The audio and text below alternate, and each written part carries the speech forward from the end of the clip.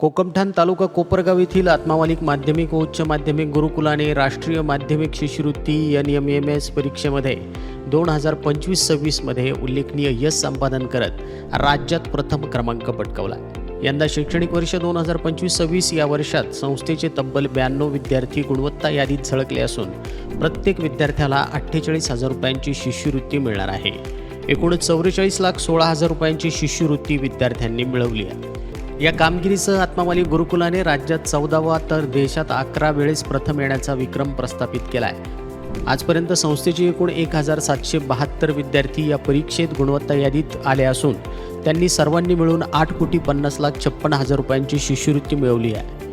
महाराष्ट्र राज्यातील यंदाच्या निकालात आत्मामालिक गुरुकुलाने 92 विद्यार्थ्यांसह पहिला क्रमांक मिळवला आहे।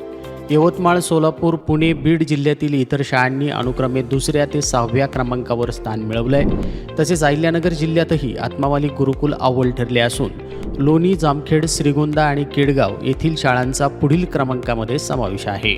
महाराष्ट्र राज्य परीक्षा परिषद पुणे यांच्या नियंत्रणाखाली घेण्यात आलेल्या या परीक्षेत मिळालेल्या यशामुळे संस्थेचा शैक्षणिक दर्जा पुन्हा एकदा अधोरेखित झाला आहे। संस्थेच्या या यशामागे शिक्षकवृंद, विभाग प्रमुख, वसतिगृह कर्मचारी, शिक्षकेतर कर्मचाऱ्यांचे परिश्रम असल्याचं सांगितलं जात आहे।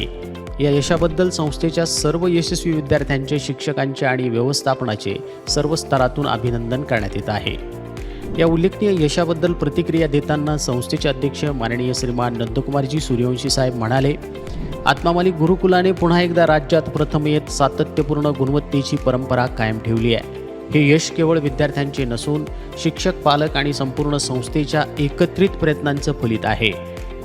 या विद्यार्थ्यांना प्राचार्य श्रीमान निरंजनजी डांगे सर यांच्या मार्गदर्शनातून सर्व विषय शिक्षकांचं मार्गदर्शन लाभलं आहे। यावेळी यशस्वी झालेले सर्वच विद्यार्थ्यांचं परमपूज्य सद्गुरू आत्मामालिक माऊलींच्या कृपा आशीर्वादासह संस्थेचे अध्यक्ष माननीय श्रीमान नंदकुमारजी सूर्यवंशी साहेब, शालेय व्यवस्थापक सुधाकरजी मलिक सर, वसतिगृह व्यवस्थापक साईनाथजी वरपे सर, मीरा पटेल मॅडम, प्राचार्य निरंजन डांगे सर यांनी अभिनंदन करत पुढील वाटचालीसाठी हार्दिक शुभेच्छा दिल्या आहेत।